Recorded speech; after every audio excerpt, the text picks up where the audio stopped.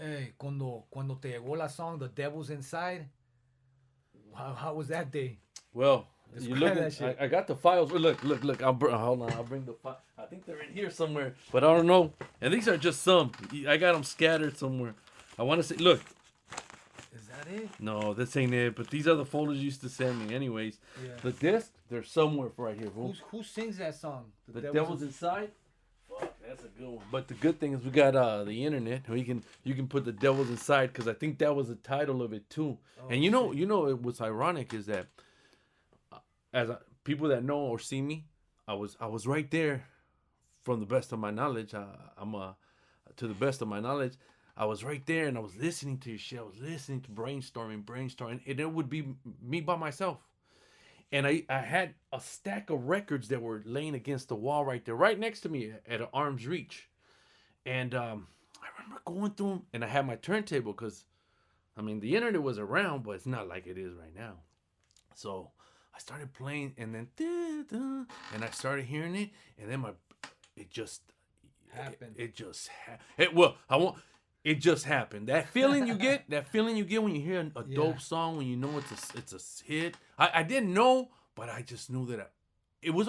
I'll tell you what it is. Now that I'm older now, it's that pride you have to know that my shit's the shit. Yeah. And I don't say nothing, but I knew that song, like, even up to now, like, you look at it, it's probably like one of the number ones, huh? Number ones on Spotify and everything. It's like, no, The Devil's Inside. And I remember when I wrote it, I wrote two songs. I wrote the one, your other beat, Do You Know Who We Are? Oh, that's I wrote them both, but I just had the raps, Yeah. And we were in that mini mansion in Tijuana, and then it had like a guest house in the back, so it was the pool, barbecue area. It was legit, and then the back house. So I would go back over there, train martial arts by myself. Yeah. And then I would write rhymes, just to get away from the crew because, eran puros fugitives and everybody was always fighting. Fools wanted to fucking squabble up y yo me iba para allá y rayaba. Y me acuerdo que un día entró and I was writing about real shit. The Devil's Inside is about real shit. Yeah. I don't say all the characters' names, but everything was like really happening. Like when I said 1.5 in the fucking stash, I said coming through the checkpoint, but they stuck on the ass, 1.5 in the fucking stash. That happened. My boy's sister, she went to New York with a Super Sport Impala with a secret stash. Uh-huh. They pumped 1.5 in the secret stash, and they followed her from New York all the way to Texas. Right before she crossed, they cracked her. I didn't say how it happened, but she ended up doing, I think, 5 years for that. Damn. Porque she didn't want to give up her brother. Well, I just know. It's almost like it's this weird combo, It's like it's a weird combo between me and you, because I would love to wait by the mailbox and be like, oh shit, I got, or it wasn't even like the mailman, somebody dropped it off. You know what I mean? Yeah. So I was like, cool. And those files were on a CD, and I would go to Pro Tools, unzip them, and then drop them into my thing. And some of the times a lot of credit I'm gonna give to you because you already knew what you wanted, kind of like you already kind of gave me the guideline. They'll send little instructions. Yeah, little instructions. Hey, get Booyah or get rap on in here, or get yeah. Joker Boy to be on this, or hey, let me do this and that. So it was easier for me because I'm more like, let me know what you want, I'll hook you up. But then I would inject my flavor into it. Like if you notice like if I did a little scratch here and there. Plus, you're just my taste. It was just my taste. Like, plus, it was just your like expertise with the white vinyls. With the vinyls, yeah. So and a lot of times, man, I'm gonna tell you, like you hear it before. It's almost like I don't want to sound like everything else, but it's just almost like it's meant to be. Like you can't explain. It wasn't like I'm a professional. Like it ain't like you listen to Rick Rubin and when I hear his stories, I'm like blown away because they're like he's not talking about like, oh no, you need this and that. He's not talking about that. He's just like, it just happened. Like, oh, remember they were talking about that dude, what's those fools? Well, I forgot what group it is. But it's talking about they couldn't figure a line to a record. Yeah. And it's like, open any book and open any book and find it. I've been doing shit like that for years. So we're not far off. I just didn't get that notoriety about about like, oh, Ernie G. You know, people that know. Nah, fools know. Look, this is the thing. Look, I remember when I first thought to my head, like the mixtape game was out there. Yeah. You know, I think Omar Cruz, that he had a couple out. And then, like, there was just the mixtape game was popping in New York, and everybody was dropping mixtapes. Yeah, it was. So I was like, 50, I think started. Yeah, that's what it was. So I was like, let me do one, and then I was like, man, what am I gonna call my shit? And I'm like, man, I'm gonna call my shit the Antichrist mixtape. And I knew that shit, cause you know it's crazy how people are. You know, people act all fucking religious, but they're over here fucking sniffing coke on the weekends. Yeah. Fucking bitches, like, but this fool came. This fool's calling himself the Antichrist. Oh my God, this fool's he's out of line for that one, you know? Yeah. Y pues a mí me valía verga, you know. I was over there like, I was feeling like I was gonna die over there. Man, know? I can only imagine. I can't even think about it. I don't think I could survive. I couldn't do it. I'd be like, and you know, and shit. Then the Antichrist, you know, I was rolling with a fucking serious ass team over there, you know, and so. Todo eso, like, it just fit in, and I remember and it was a time, it was a timeline. It was the rivalry with high power, with high power, and I used the Antichrist mixtape as the vehicle to like spank these fools. You went napalm on that shit, napalm, cause I mean, man, and try to find a copy. I wish there was. There's not too many copies. You know what? Whoever has a copy. Every year that I do the Nightmare Before Christmas, every fucking year. A fan pulls up and is like, sign it. Okay. So fools have it like a fucking family jewel. Like they sacred. Have that shit. That shit, because how much? You would know how many did you print? 1,000? Like 1,000, 500. I don't know. Those are like collector's items, basically. They are collector's items. And I think I have one or two somewhere. I know that I have one or two, but I seen them on eBay for some money and shit, you know? No, y me acuerdo que. Just even like, okay, I use like 3. I think I used like 3 original Bandit beats. But then I use that Dr. Dre one. Okay, yeah, that's another thing. I'm a banger. I'm a jiu-jitsu strangler. Yeah. You know, and then you like take it back and then clown. Yeah. With that one line. Yeah. Look.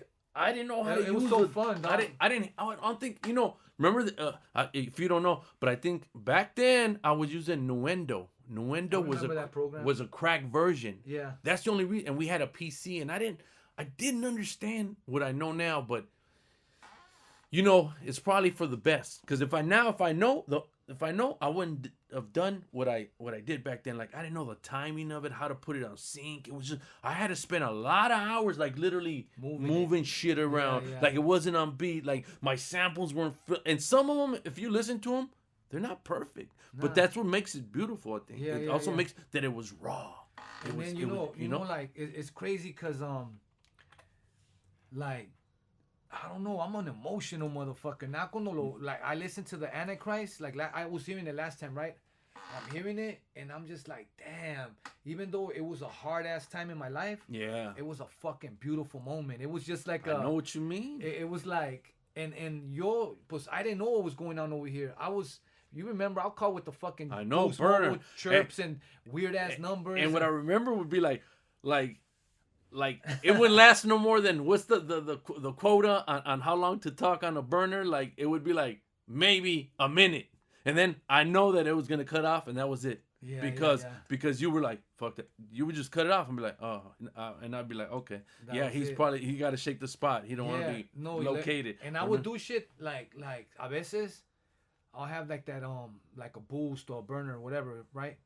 To talk to you fools, I'll get close to the line. So, because I would think there's a fucking tower.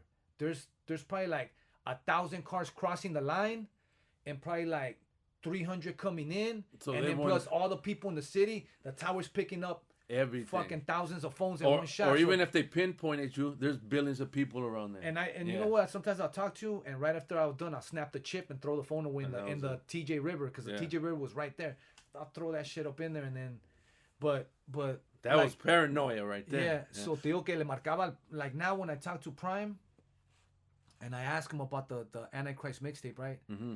And he was like, I think he had got busted, and his girl was playing it to him on the phone, but he, through Bandit, through certain people, I would get news, the feedback. Yeah. Like, no mames, with esa madre. You body back the fucking game in one one. It was a dope. It was a dope. That was a dope mixtape, dog. It was a dope mixtape. It wasn't just a song. It was like It was a movie.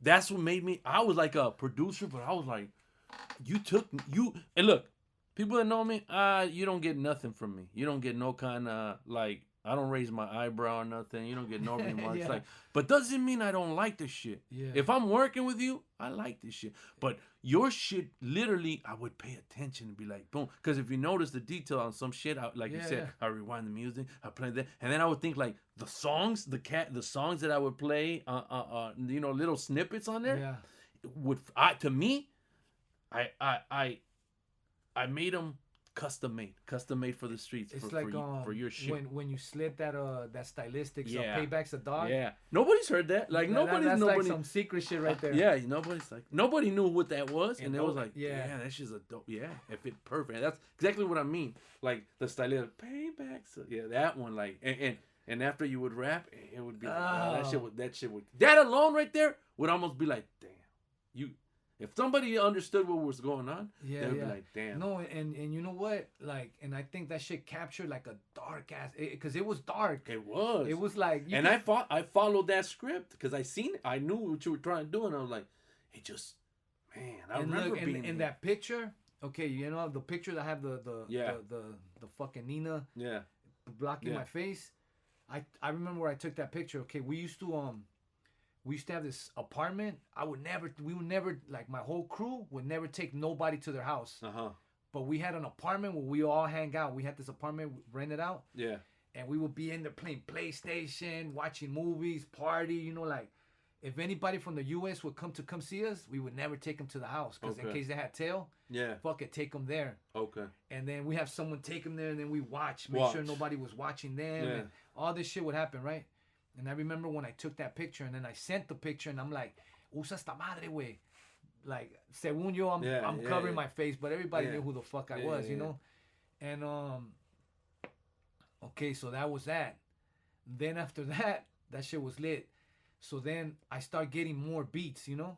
I start snatching up beats and now I'm like, man, you know what? I want to use the Far Side now. Okay. I want to use this. Yeah. I want to use fucking Explosive. And then that's when I came back with the Scarface 2 mixtape. Yeah. Because I was like, I was on my Scarface shit over there. So I was like, nah, yo soy Scarface 2. Like, I'm like, obviously we have Scarface from Rap A Lot, from the Ghetto Boys, but I'm like, nah, I'm Scarface 2. Okay. Yeah. Wait, that's funny. Was the Antichrist the first one? First one, and then Scarface was the second one. And you know what? Look, it's crazy because I played it to one of my boys that was a lifer. He got out, right? I sent him the Antichrist. He loved it, but he fucking really loved the Scarface too. Okay. It hit him different, and they were different. Yeah. Antichrist was fucking dark. Scarface 2, I was spitting. I was on it. Yeah. And it's crazy because a lot of those songs are one take songs. And look, I remember when I recorded it, there was these rappers in TJ called Los Border Brothers, right? And it was and it's by the beach, so you know how it is right here. Before it gets overcast, drizzles. Yeah. It was a morning like that. And I showed up over there, and there was this one dude. His name was Kenny. And this fool was like the chalan, like the gopher for that whole company. He would go and get, but everybody over there knew how to use Pro Tools. Okay. Everybody. Ain't a fucking dude just walked in off the street and knew how to use. They would show all their boys how to use it. Yeah. I show up there in the morning, that fool's up. And I'm like, hey, wey, ¿no me grabas? Simón. And I'm like, ¿tienes CDs en blank pa poner las files? Simón. And I'm like, all right.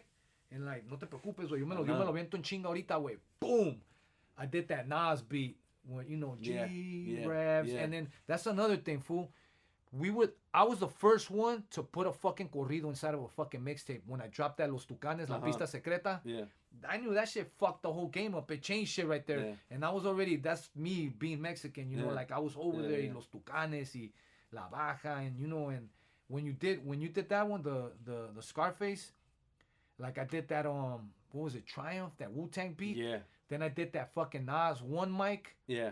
Thought we went stupid. That one, when I hear that one makes me more emotional because I hear it and I'm like, It takes you back. It takes me back. I tell people that's your time machine. That's like your time machine. Like people say, oh, this and that. Like yeah, I tell everybody like, hey, I'm on my own timeline. Like right now, like whatever you guys are, whatever like say it's going on right now, I see it because that maybe that was our time. Like when we were doing our shit, we felt that way. So now, of course, we're older now. We passed it. My timeline's over here. Your timeline's barely over here. So I know what's going on. So. Yeah.